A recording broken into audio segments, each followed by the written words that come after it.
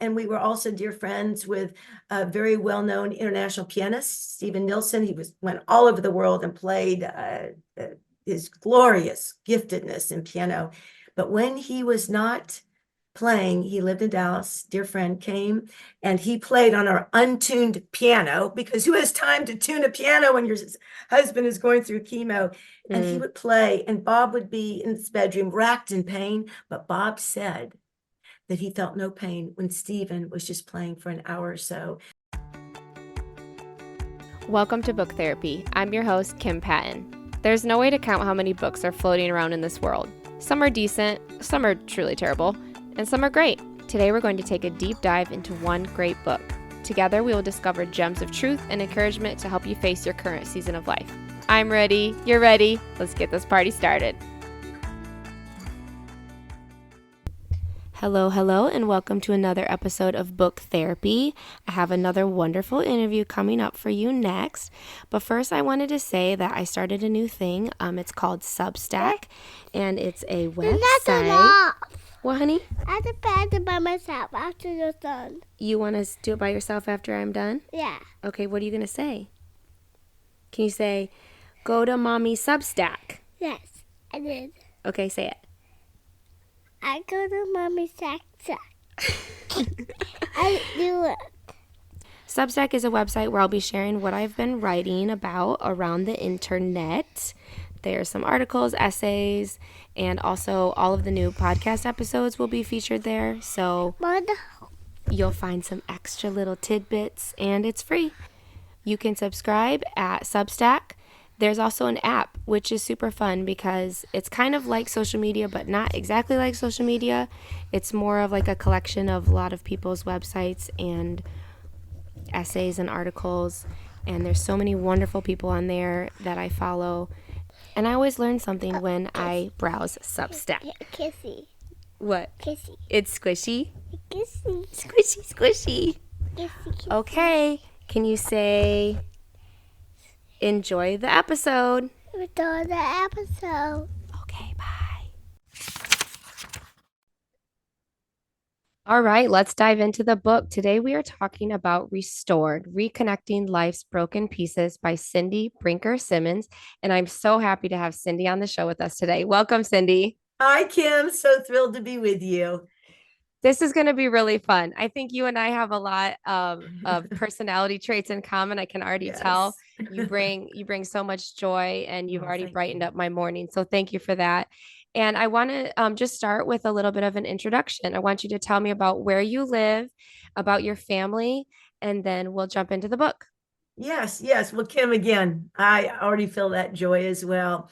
I live in Dallas, Texas, Kim, and I was born in San Diego, but we got to Dallas as quickly as we can. I went to the University of Virginia for college, but came back here, and this is where I had been anchored. And my mom was a very well-known tennis player. She was number one in the world in the 1950s, 52, 53, and 54. Her name was Maureen Connolly, affectionately known as Little Mo. And she grew up in San Diego. My dad was in the Navy. And so my sister Brenda and I were born in San Diego.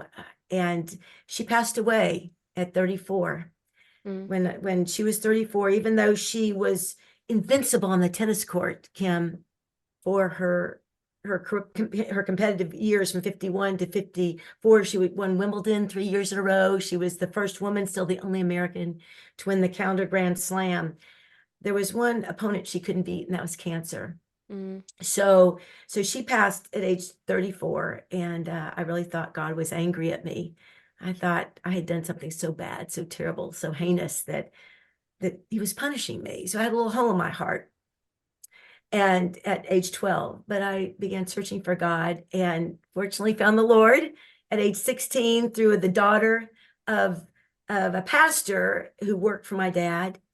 And then life went on, and as I said, I went to college, and I came back to Dallas and began a very robust career in public relations, and then met the love of my life, Bob Simmons.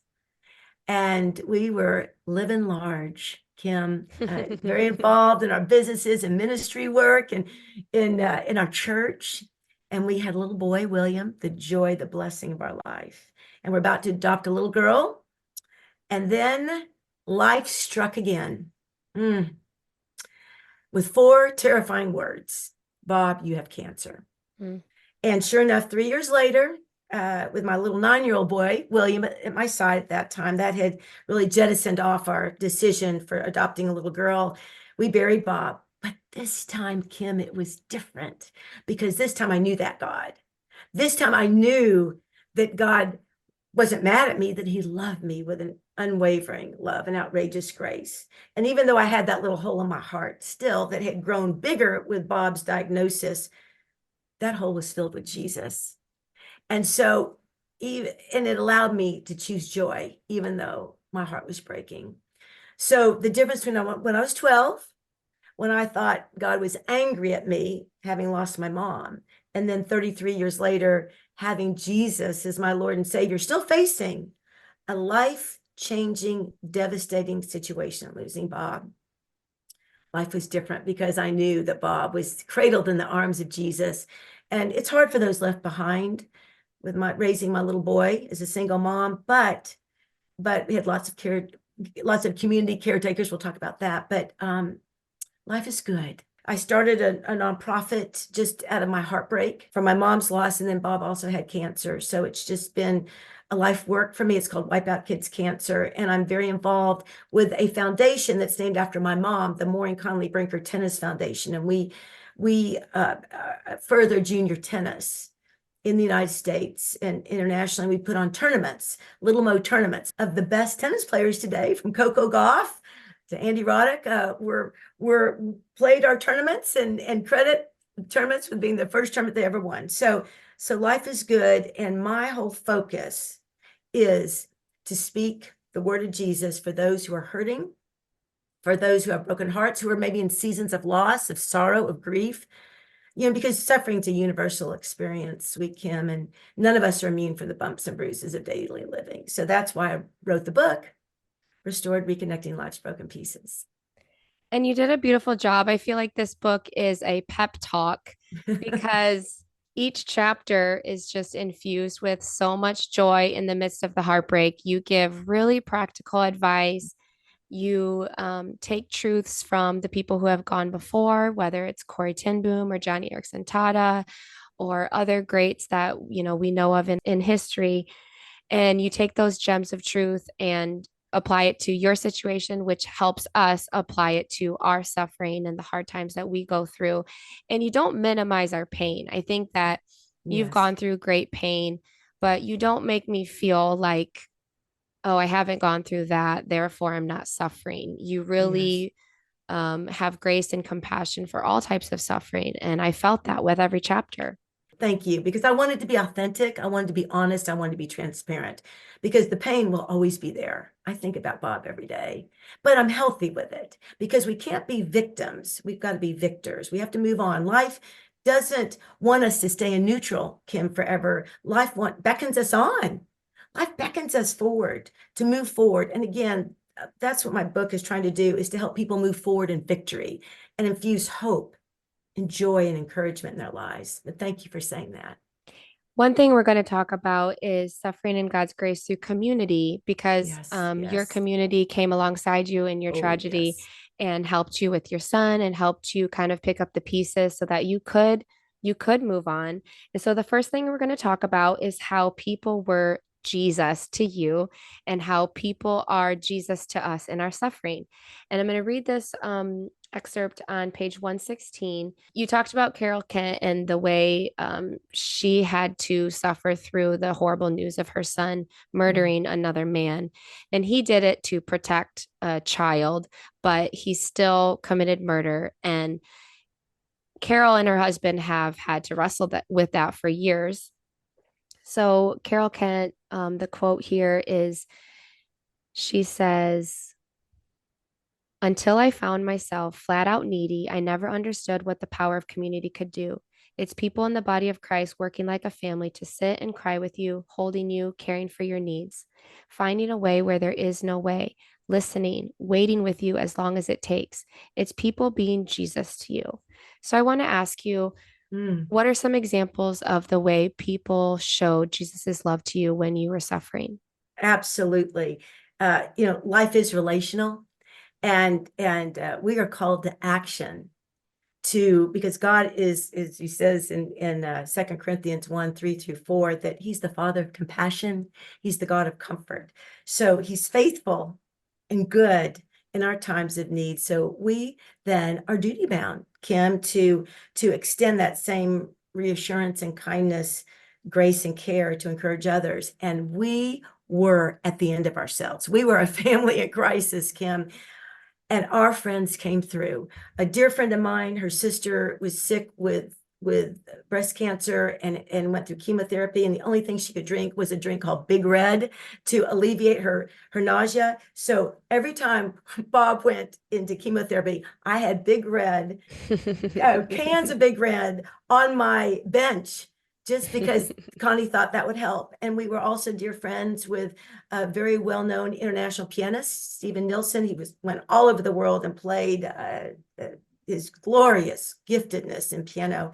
But when he was not playing, he lived in Dallas, dear friend came, and he played on our untuned piano, because who has time to tune a piano when your husband is going through chemo?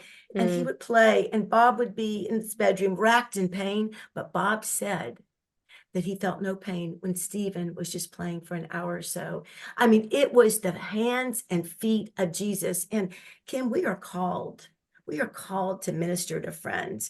We also had coaches. I was very, very concerned about being a single mom to a young boy, because I didn't know about boys. William was the second boy on my mom's side in 5 generations. And both my parents were only children, so I don't have cousins, aunts, or uncles. I have a sister. So I didn't really know a lot about raising boys. So when William was born, I said, I called Bob Beloved. I said, Beloved, you're now in charge of William. So knowing now that I had a little boy to raise, it was like being a deer in headlights. So I needed to have men speak into William's life. So I had a lot of coaches and friends. I was very careful, just a little handful of trusted, engaged men that I knew loved Jesus and that would come alongside William, and they did. And they talked to him about things that were testosterone laden that I might not know about. And to this day, Kim, many of them are still involved in William's life. So That's it's really beautiful. important to have people like that come alongside you and be the hands and feet of Jesus, just as Carol Kent said so beautifully and brokenheartedly in her book. That leads us to our second point, which is others helping us where we lack. And this specifically does talk about you raising your son, because you say on page 122, I realized I needed some help on certain male-oriented issues then, and Yeah. as William grew older, I'm grateful for the coaches, dads, teachers, and friends I selected to walk William through some testosterone-laden pathways I Yeah. had no clue how to traverse. You got ahead of me, girl. You read the Well, quote. oh my goodness, you're right on. We are in sync. But let me just reinforce that to single mothers listening. It could be single mothers raising sons or single fathers raising daughters. I wasn't made to be a dad. I did the best I could, and I read loads of books, and I studied. I did all sorts of things to incorporate myself to be as good a mother father as I could. As a matter of fact, sweet dads in William's class of his classmates invited me to be involved in a father son curriculum for 9 months, and it was really special. It was geared toward boys. So fortunately, I had William's school even embrace me. But I do want to say to your listeners, who are glorious listeners who care, that if they are a single parent, to reach out to others to walk alongside, because it's so important that our children get a plethora of help from those that we're just half a person now, or half a family unit. So we need to augment that balance with people who perhaps have skills, talents, wisdom, knowledge. And William, to this day, is really whole. WHOLE. And not only that, but he has an empathy that he now helps people because he saw the help that he was given. It just goes back to Second Corinthians 1, 3-4 again, that God is faithful and good in our times of need. He redeems us. He rescues us. He refreshes us, Kim. He lifts our sorrows. He comforts us in our sorrows, but we need to extend that same reassurance and kindness and care to others. And so now William, being the recipient of that, he now is very active in helping his friends who maybe whose parents are going through a divorce, or who have lost, or his friends who have lost parents or loved ones, or even a dog. I mean, losing the family pet can be absolutely devastating. Or Kim, it's not just about losing a loved one or having a prodigal child or having a devastating life-altering situation. Life is a grind, and it is hard. It's confusing. It can be discouraging. It can be devastating just from the daily walk in our life. So just William and those who have been blessed by the help of others, that empathy, it's just a way of giving back. It's an attitude of gratitude. So when you're blessed, we are called to give back. I'm curious about your relationship with your son now as he's an adult and you've weathered the Yes. storm together and you made memories. Some were probably not your first choice, of doing things with just the two of you. You wanted your whole family all together. Yes, You yes. missed your husband. You probably Yes. suffered the grief of losing out on an adoption that you had been looking Yes, forward to. yes. So looking back and seeing where you are now, what are some of the best memories you made with your son that you wouldn't have otherwise? Yes, yes. And thank you again, just to be totally transparent. We were about to adopt a little girl, and Bob and I probably cried as much over that as having to bury our little girl. Not physically bury, because we hadn't had the opportunity to adopt her quite yet. We were just about to do that. So there are a lot of heartbreaks, and again, daily I think of Bob, and there's still that hole in my heart, Sister Kim, but fortunately Jesus resides there. But William and I did a lot of exciting things. Even after Bob passed, William was 9. We did a lot of mission trips. We went to Africa for a number of summers, in Zambia with a ministry, and ministered to AIDS orphans and shared the gospel with them. William and I like to travel. So we did a lot of exciting trips overseas because I wanted to expose William to the way other cultures thought and other cultures behaved and other cultures did life, because William wanted to get into film and be a film producer. And so the depth of making good films is based on good stories, but it's also based on personal stories and people. So we traveled to a lot of countries. That was something I really wanted to do. And then we celebrated holidays. But you know what we did, Kim? We talked. We just would sit and talk for hours. And sometimes it's hard to extract talking from boys. But William, I think when you, as a parent, if you're just honest with them, because I told William how my heart was breaking, I was honest with him about my heartbreak. I was honest with him that his mom didn't have it all together. I was honest with him because I was also working. I had a business, and I brought him into my business every day. I'd pick him up from school, so he saw a work ethic. And I was honest with him that life is hard and there are sacrifices to make. So we talked a lot about priorities. We were very involved with our church. So we tried to do, Kim, be a unit, the two of us, as best we could. But we also had a lot of his friends come to our home and incorporate ourselves into other people's lives too. But the main thing I think that's important is to communicate with your child and be authentic. And children, they're smart.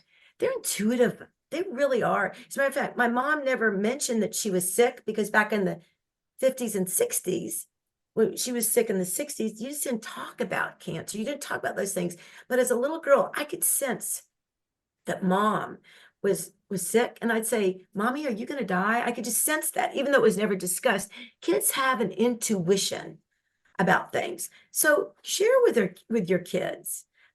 Bring them into the real life. And so William and I talk a lot. He's very independent. I raised him to be independent because since he was being raised by a strong mom, I wanted him to be very independent. But we text, we FaceTime every Sunday night, and I try and visit him. He lives in LA, but we just have a great communications. Thank you for asking.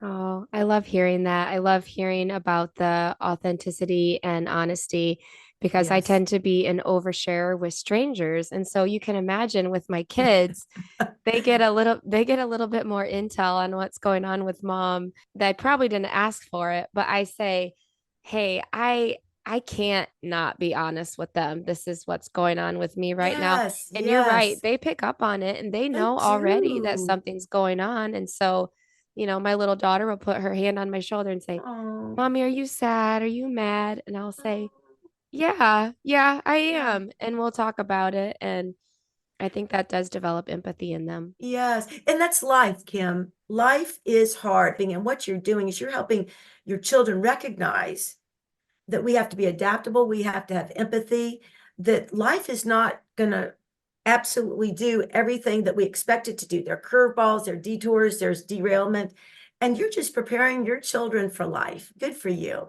A plus mom. Oh, thanks. All right, this leads us to our last one, which I'm so excited about. You talk about assigning yourself. And so there's people in our community that show initiative. When we're suffering, it makes me think of this story well, it's not really a story, but it makes me think of the thought that when someone just has a baby or just had surgery, you don't reach out and ask, "Hey, what can I do to help you?" or "Let me know what I can do to help you." You say, "I'm bringing lasagna to you this Yes. week. What Yes. day works best? Tuesday, Thursday, or Friday?" Yes. And you let Yes. them choose because it is human nature to deflect help and say, "No, I'm going to be okay. I don't That's necessarily need right. that." That's right. Or if you know of a single mom who's raising a bunch of kids or even just one or two children and you have extra clothes, you don't say, "Hey, do you want me to swing by and bring you some things?" You say, "I have a garbage bag full of size 5, 6, and 7, girl clothes. When can I drop them off on your porch?" And that way it is a little bit pushy, but I want you to talk to me about this. Yes. Assign Yes. yourself. Yes. Absolutely. When Bob passed away, we lived in a hospital for 3 months, but our bedroom was also a hospital room with all the things that were just trying to help him survive. We had to do daily dressings for his wound and just all of these medical equipment and bandages. And I came back home and saw this room, and it was just hard to think that I just buried my husband and now I was looking at a reminder of this sometimes situations that took us to the end of ourselves. And a dear friend of mine who had been a widow twice, Kim, Mm. said, this was like on a Saturday. She said, Monday morning, I'm going to be at your house. You pick up, you get garbage bags. And I think she even gave me the garbage bags. She dropped them by. You put everything in the garbage bag in bags because there was so many of them. And I'm going to take it to a ministry where those who go out in the field, the missionaries, go and do medical help in countries that need what you have, Cindy. So Betty, my friend Betty, just by telling me to do that, gave me an assignment because I couldn't even imagine my next step. So it's sure enough, that weekend I collected everything, put them in many, many garbage bags. Mm. And Betty came, whisked them off. And she told me later that the missionaries were so grateful because they needed these bandages and everything. So this is really important because when you're triple A personality people, like probably us and many others who are listening, Kim, compassion is not necessarily a high intensity action word.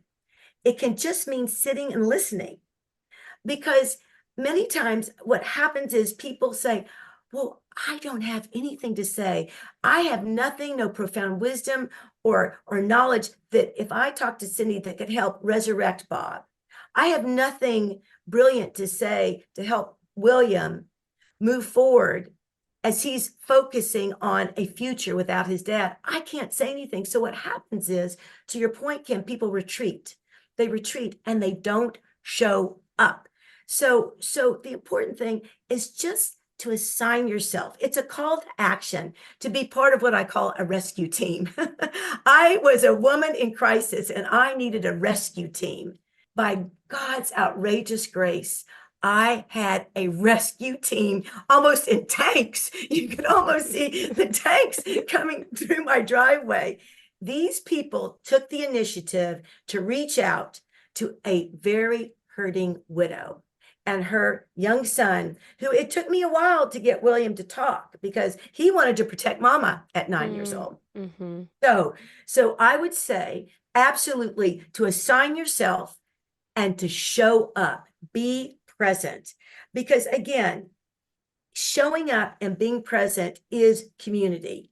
And we all need community. We all need to belong somewhere. Life is relational, and God gave us beautiful relationships. And hope is ushered in through compassionate people, through community. Hope is ushered in and allows broken people, and we're all broken. We're all broken, Kim, but particularly allows people in seasons of grief and sorrow to be restored. Your sister Brenda, the night before the funeral, recognized that you were having a hard time writing the eulogy. And she said, I'm just going to sit in the living room and I'm going to read. I'm not going to go to bed. I'm going to read. And you kind of knew something was fishy about that. You said, wait a Yes. minute, she's tired. Of course, she should probably go to bed. But it says on page 154, she recognized my desperation and anguish as this huge writing assignment loomed, and my body, mind, and soul were totally depleted. Brenda assigned herself to be my sentinel, my advocate, and my supporter that evening, however long my writing took. This was a beautiful picture of not only sisterhood, but of her assigning herself to stand guard for you. I have no words for that. That is truly a blessing that you didn't even ask for. She just knew you needed. She did. Every time I read that, I cry because it is an absolute sacrificial selflessness. It is, as you said, dear Kim, it is the perfect picture of compassion. She was exhausted because Bob just literally within a week, his little body just imploded. We were doing so well on a clinical trial. His body had just had enough and he was gone in 5 days, totally unannounced. So Brenda flew in and we just quickly had to put things together. Fortunately, Bob and I, months before, had met with our pastor and we had walked through what he wanted in a memorial service, a celebration of life whenever that would happen. I just wasn't expecting it to happen so soon. So Brenda was exhausted. And I think I even came in one time and this book she had was upside down. I mean, she was no more reading the book. She was stationed, as you said, my sentinel, as I wrote. And literally, I would come in all night long. I mean, I stayed up all night because Bob had wanted me. That was part of what he had asked me to do, was to speak at his celebration of life, which I was so happy to do. I guess I've never met a microphone I didn't like, but especially for my beloved Bob, I would do anything for him. And yet this just caught me so off guard. So it was 10 o'clock and the service was at 10 that morning. And do you know that love-drenched speech from Brenda, her staying up with me, and I would go in all night and say, Brenda, what do you think of this? What do you think of this? And she'd say, great, Cindy, or change this. Got a standing ovation for 5 minutes. 5 minutes after I delivered it. And it was only because, I mean, I just tear up right now thinking of the love my sister poured into me. It is the perfect picture of compassion. Thank you for sharing that. And I tell her all the time, I take her that page. I just say, Brenda, what would I do without you? She and I are so close because we buried the loss of our mom. And so she knew my heart was breaking. Well, we only have a few minutes left, which is so sad because I'm enjoying this conversation so much. But to wrap up, we talked about people being Jesus to us and others helping us where we lack, and the way that we can show initiative and assign ourselves to other people and help them and show compassion. So tell me a little bit more about Wipe Out Kids Cancer. Well, when I was 12, as I said, my mom died of cancer. And I just, right there, I was so angry, so brokenhearted, so confused, Kim, that I wanted to do something to someday eradicate the scourge of a disease that literally had just rocked our family. So I did come back when I graduated from University of Virginia, and I was working at an equestrian center. It was like a country club, and just I did some events like a horse show, a tennis tournament, because there were tennis courts, just a medley of activities for the members. And we raised $6,000 for cancer. Then the next year, the members got behind it, another $15,000 the next year. So a movement began, because really, Kim, I don't know anybody who hasn't been affected by cancer. And so we incorporated, and now 44 years later, all the money goes to pediatric cancer. And what Wipe Out Kids Cancer does, it offers comfort and hope to kids with cancer and their parents. We have lots of support programs. We raise millions of dollars, of course, for innovative research, millions and millions of dollars, because research is so important to discover new treatments and help with new discoveries that are always on the horizon. But we do things for families, like give them buddy bags when they're in the hospital, filled with, it's a rolling suitcase filled with toiletries for parents, because many mothers or caretakers go straight from the pediatrician's office to the hospital, thinking they're just going to go to the doctor's office to get maybe a Z-Pack or some antibiotics. Their child has a little sniffle or a cold. Well, the doctor comes in and says, after blood work, I think your child has leukemia. I mean, they're rushed to the hospital, so they only have their handbook bag. So we have these buddy bags with entertainment items for the kids, all sorts of things. It's based on age, and we give them all iPads and earpods. So one of our little kids had just been diagnosed with cancer. He was 12 years old, was despondent, absolutely wouldn't even talk to his mother. The buddy bag was rolled in. It's always given the first night of staying over in the hospital. Buddy bag was rolled in. The kid didn't even want to look at anything. He was so despondent. Finally, the child specialist said, I'm not leaving until you open this bag. He said, it's for me. And she said, it's for you. So we opened it up, started looking at all these things. It's for me, it's for me. And finally took out the iPad and earpods. And this little boy, who was despondent, would not talk to anybody, shouted, this is the best day of my life. I mean, that mother, think of what that did, Kim, for that mother. It was life breathed back into her. So Wipe Out Kids Cancer is something that I really put my heart into. It's been my life work. And really, it's a ministry, because we've prayed for families. It isn't a ministry of sorts. We don't characterize it as that. But when you are looking at cancer or something that is difficult, even though cancer doesn't define you, and these kids, fortunately, we have most of them are very, very successful in their treatments. Parents want you to pray with them. So it's been a great opportunity for ministry. And just to let you know, Kim, Wipe Out Kids Cancer and the Maureen Conley Brinker Tennis Foundation are receiving the net proceeds from the sale of Restored. Because I wanted to do that. It's just my offering. Absolutely. Of compassion, giving back. I want to say thank you again for joining me. It's such a privilege. And thank you for pouring out your life to help others. And you've taken your heartbreak and you're turning it around to really minister to families who really need it. So thank you so much for doing that. My greatest pleasure, Kim. It's been fun. Thank you, dear. God bless you.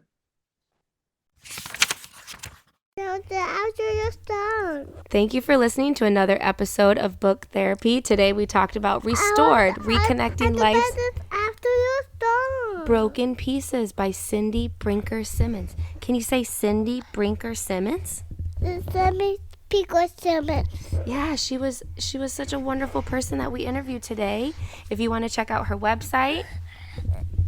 Okay. We're recording. You have to be quiet. Okay. And then after you're done. Okay, say, check out her website, Cindy Brinker Simmons. To the Simmons. And she also founded, stop it. She also founded Wipe Out Kids Cancer. Can you say Wipe Out Kids Cancer? Wipe Out Kids Cancer.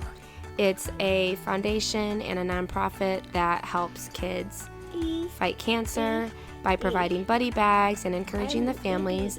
And also the money goes to fund cancer research. After I'm done? Yeah. Okay, I'm almost done. We have to say goodbye to our listeners. Goodbye. Say have a good day. Have a good day. See you later. See you later. Jesus loves you. Jesus loves you.